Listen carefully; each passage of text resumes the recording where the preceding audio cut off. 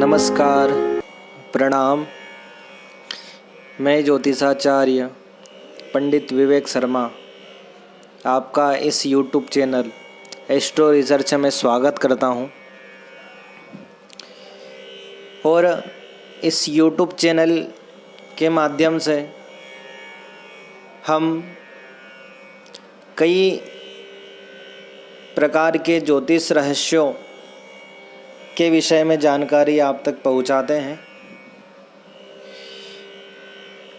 क्योंकि ज्योतिष में ऐसे कई रहस्य हैं जो मानव जाति को अवश्य कहीं ना कहीं फ़ायदा पहुंचाते हैं।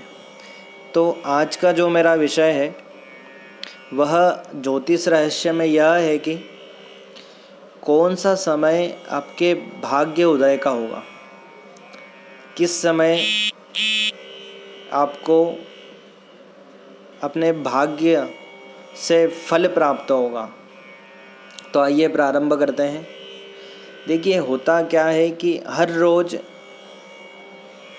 हम भाग दौड़, हर पल के परिश्रम के बावजूद भी जब हमें सही फल नहीं मिल पाता या कठिन मेहनत करने के बाद भी हमें जब फल नहीं प्राप्त हो पाता है, तो हम यह सोचने में मजबूर हो जाते हैं कि हमारे जीवन में ऐसा कौन सा समय आएगा या कौन सा काल ऐसा होगा जो हमें हमारे भाग्य उदय का होगा। तो इस विषय पे मैंने चिंतन करा और यह वीडियो बनाने का निश्चय करा।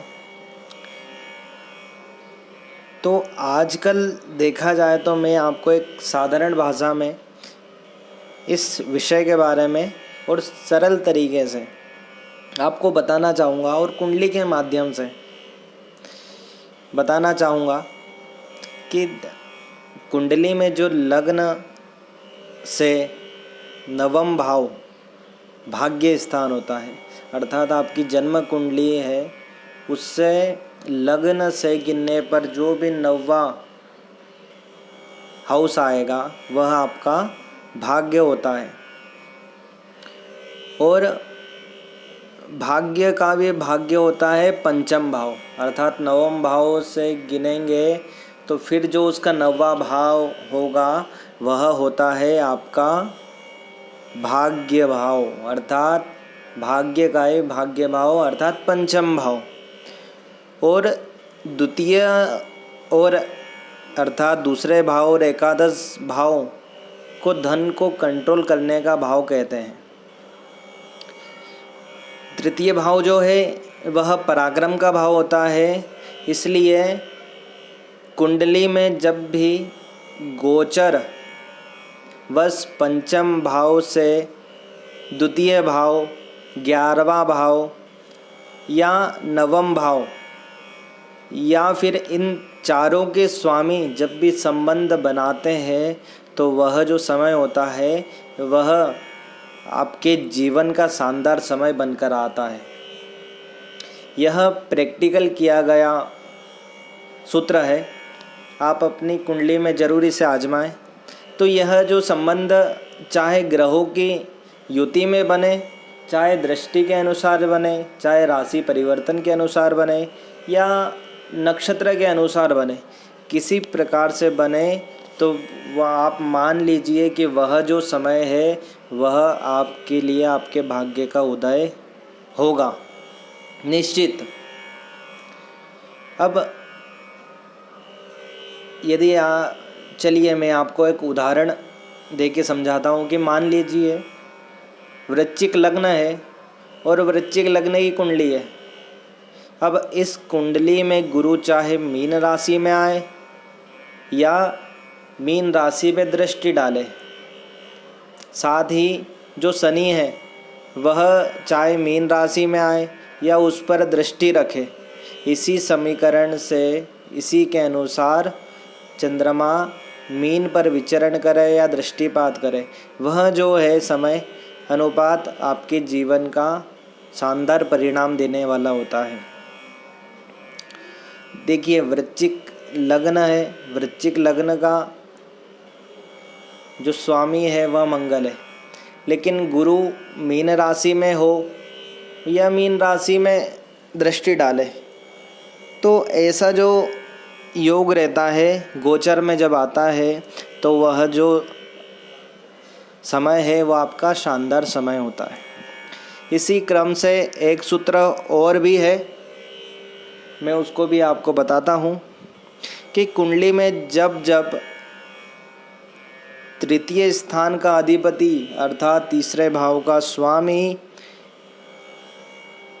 अपने भाग्य भाव मतलब 11वें भाव में विचरण करता है तो समझ लीजिए वह भी आपका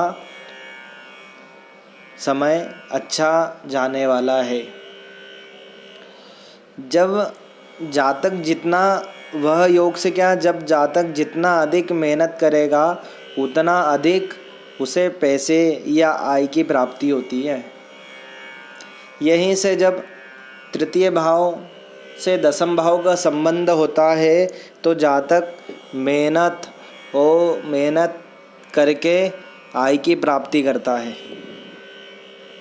और देखिए जो गणित के छात्र होंगे वह जानते होंगे कि माइनस माइनस हमेशा प्लस ही होता है। तो जब भी अशुभ ग्रह को देखते हैं या दृष्टि रखते हैं तो वो एक दूसरे का नुकसान कभी नहीं। इसलिए अशुभ ग्रह चाहे शनि हो चाहे मंगल हो, जब भी एक दूसरे को देखेंगे तो एक दूसरे का अहित नहीं करेंगे। इसलिए यह जो योग है ये भी फलदायी होता है। तो यहाँ पे इस योग के द्वारा हम यह समझ सकते हैं कि जातक जो है वो मेहनत करेगा और मेहनत करके समाज में अपना नाम रोशन करेगा। तो आज का यह वीडियो मैंने आपको भाग्य कैसे उदय हो इस विषय पर मैंने बताया हो, तो आप इसे लाइक करें, शेयर करें और हमारे YouTube चैनल को सब्सक्राइब करें, जिससे ज्योतिष रहस्य के बहुत सारे आपको जानकारी प्राप्त हो सके। धन्यवाद। जय श्री कृष्णा।